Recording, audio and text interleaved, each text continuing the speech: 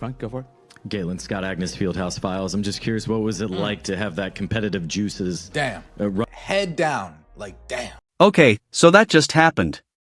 Did you catch that? Head down, can't even look at him. And that oh goodness at the end. That's not awkward small talk. That's someone who genuinely cannot stand being in the same room as you. And here's the wild part, this isn't some random reporter. This is Scott Agnes, the guy who covers the Indiana Fever full-time, the beat reporter who's literally supposed to have the best relationship with the team's star player. So, what did this man do to make Caitlin Clark physically recoil at the sight of him? Because I promise you, by the time we break down these clips, you're going to understand exactly why the best rookie in WNBA history wants nothing to do with this reporter. And trust me, it goes way deeper than just bad vibes. Let me show you something first.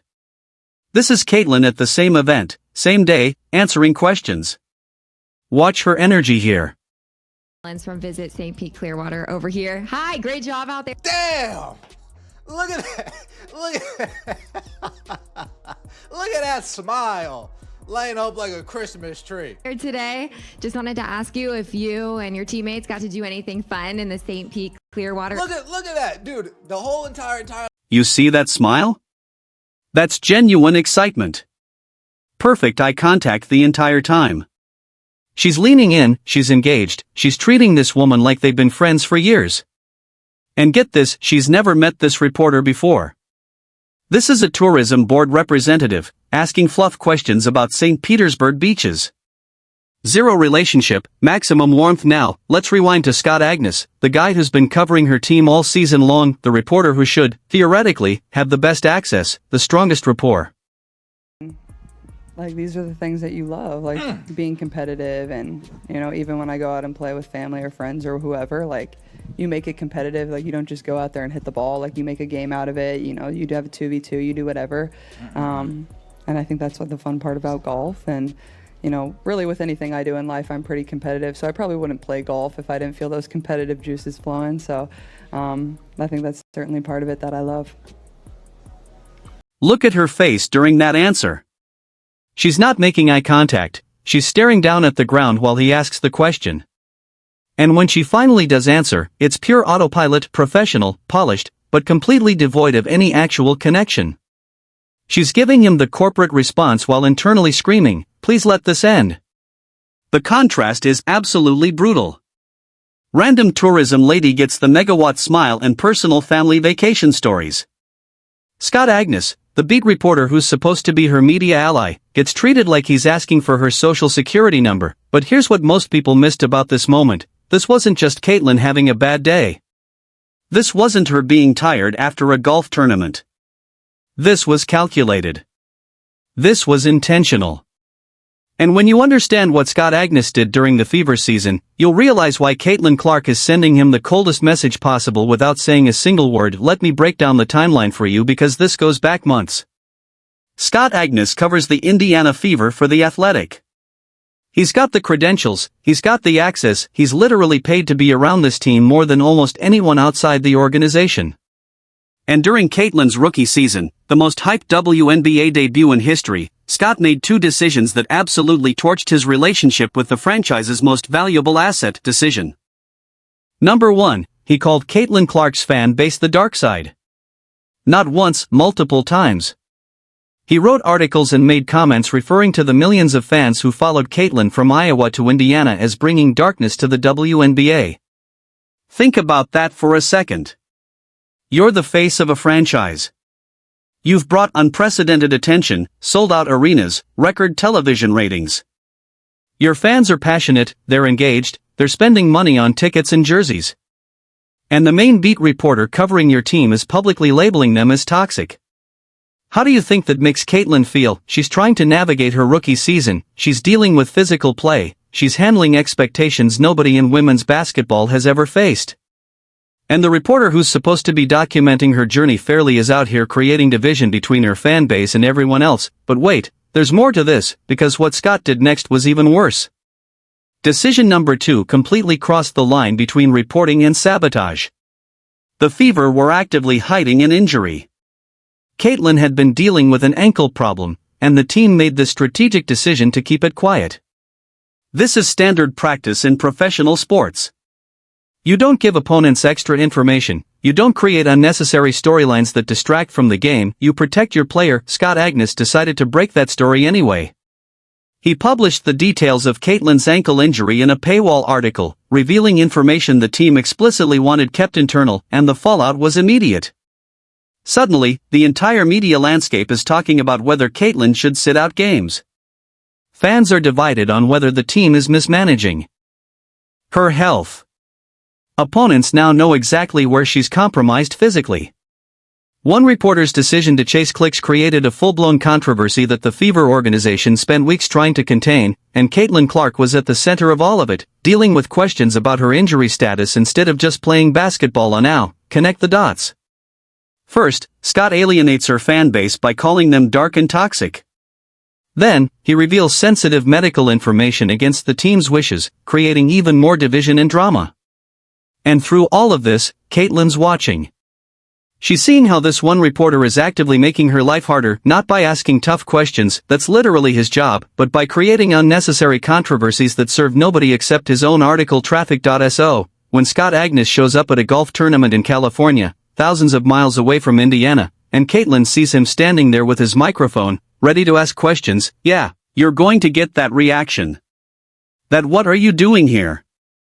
I thought I got rid of you" energy is completely earned, and here's what makes this even more fascinating from a body language perspective. Caitlin Clark is media trained to an insane degree. She's been handling press conferences since she was a teenager at Iowa. She knows how to smile through uncomfortable questions, she knows how to give diplomatic non-answers, she's a professional. But with Scott Agnes, she's choosing not to hide it. She's letting everyone see exactly how she feels about him. And that's a message. That's Caitlin saying, "I'm not giving you the satisfaction of pretending we're cool. I'm not going to help you build your brand by acting like we have a positive relationship. You cause damage, and I'm going to let you feel the consequence." Watch this interaction one more time, knowing everything we just covered. He doing here? I thought I got rid of you. I'm across the country, yet somehow, someway, you find yourself right here in front of me asking questions. Oh, goodness. What is he doing here? I thought I got rid of you. I'm across the country, yet somehow, someway, you find yourself right here in front of me. That's not playful banter, that's barely concealed frustration. And the way she says, "oh goodness," at the end? That's the verbal equivalent of taking a deep breath and reminding herself to stay professional. She's physically uncomfortable.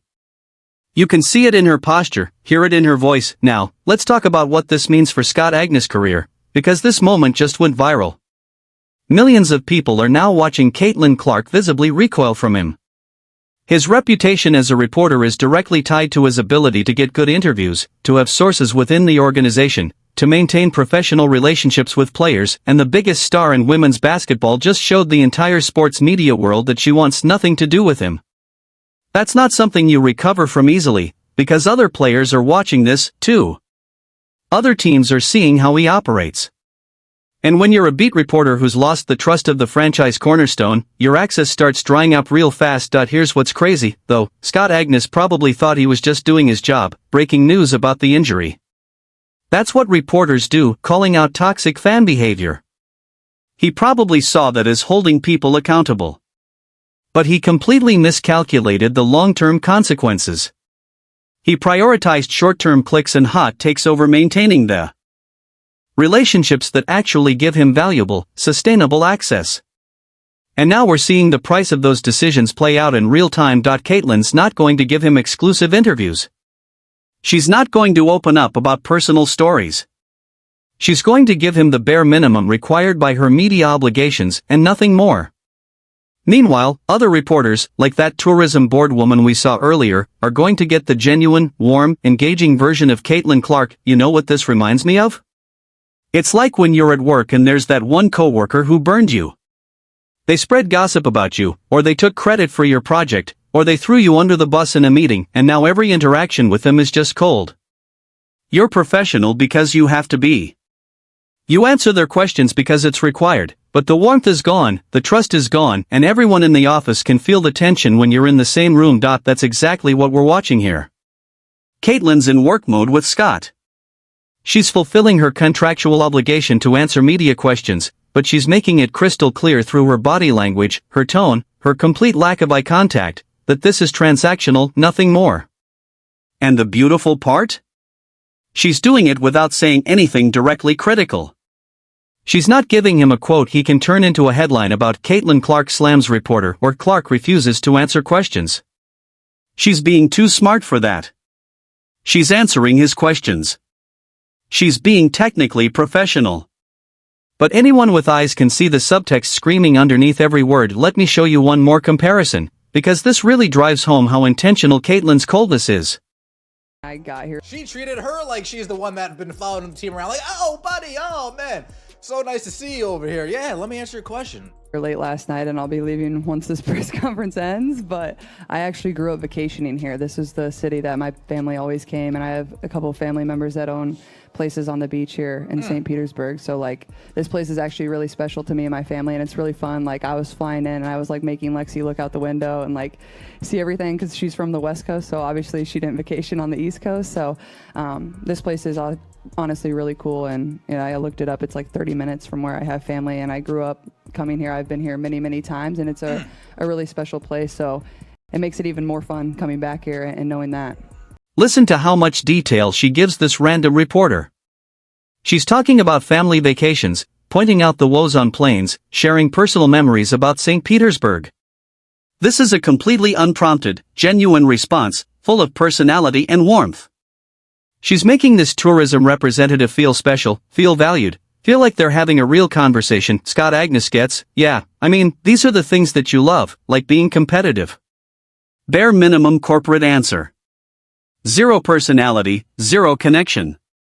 The message is loud and clear. Caitlin Clark decides who gets access to the real her, and Scott Agnes is permanently on the outside of that circle now. Here's where this gets even more interesting.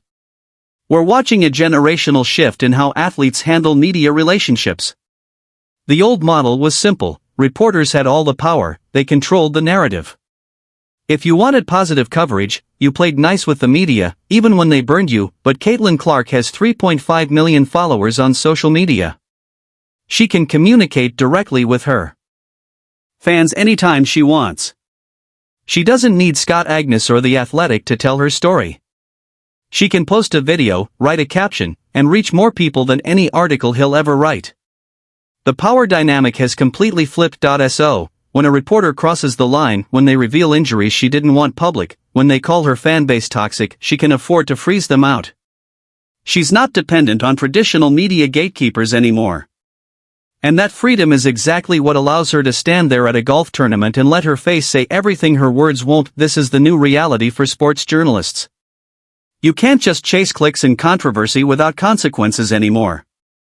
The athletes you cover have platforms now. They have leverage. And if you burn them, they will absolutely make you feel it, not through angry tweets or public callouts, that's too messy, but through moments exactly like this, through body language that speaks volumes, through warmth given to everyone except you. Scott Agnes is learning this lesson the hard way. And the entire sports media world is watching. Because if you can lose Caitlin Clark, the most media-friendly superstar in women's basketball, then you've really messed up. This is someone who does charity events, shows up for every press conference with a smile, handles invasive questions about her relationships and her race with grace. She's the model of how to handle media responsibilities. And yet, with Scott, all of that disappeared, which tells you everything you need to know about what he did to earn this level of coldness. The craziest part? This moment is now going to define Scott Agnes' relationship with Caitlin for potentially the rest of her career. First impressions matter, but so do lasting impressions. And the lasting impression here is brutal. Every time he asks her a question from now on, people are going to remember this golf tournament. They're going to remember her face when she saw him.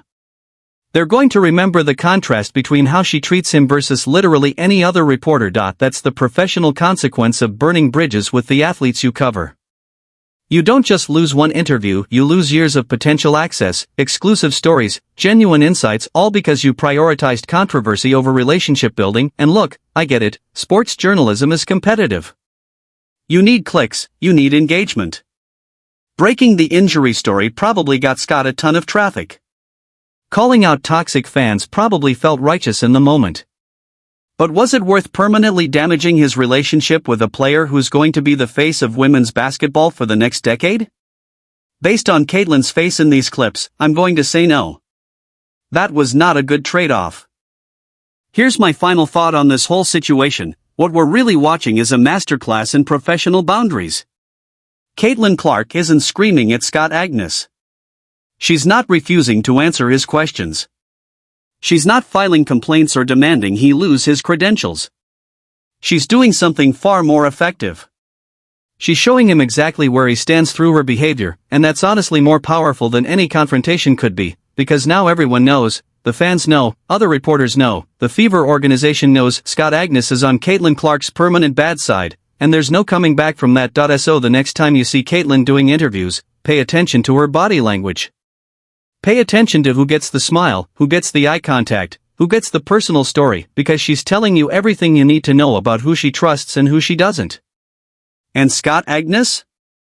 He's firmly in the dozen category, probably forever. The real question now is whether other reporters learn from this, whether they realize that burning your sources for short-term clicks has long-term consequences, whether they understand that athletes like Caitlin Clark have options now, and they're choosing to work with media members who treat them with respect. Based on this golf tournament interaction, I'd say the lesson is pretty clear: cross boundaries, reveal protected information, call fans toxic, and you get the coldest shoulder in professional sports. Caitlin Clark just taught the entire media industry how to handle reporters who cross the line. And she did it without saying a single negative word. That's power. That's control. And that's exactly why Scott Agnes looked so uncomfortable in every single one of those clips. He knows he messed up. And now the whole world knows it.